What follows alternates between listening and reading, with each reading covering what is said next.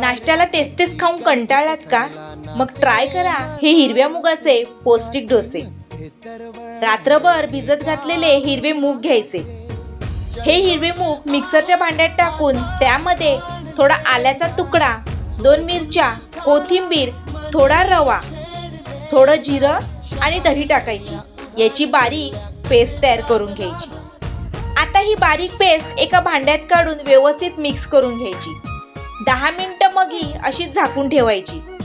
10 मिनिटांनी ही पुन्हा मिक्स करून ह्यामध्ये चवीनुसार मीठ आणि इनो टाकायचा. पुन्हा हे बॅटर व्यवस्थित मिक्स करून बाजूला गॅसवर तवा चांगला गरम करून घ्यायचा. त्यावर थोडं तेल सोडून हे बॅटर त्यावर टाकायचं. मग हे बॅटर व्यवस्थित पसरवून घ्यायचं.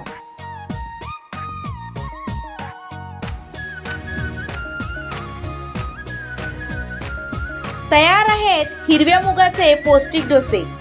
मस्त असं नारळाच्या चटणीसोबत एन्जॉय करून खायचं. आपल्या मुलांच्या डब्यासाठी किंवा सकाळी नाश्त्यासाठी एकदम ही परफेक्ट रेसिपी आहे. आवडली तर लाईक आणि आपल्या चॅनलला सबस्क्राईब करायला अजिबात विसरू नका.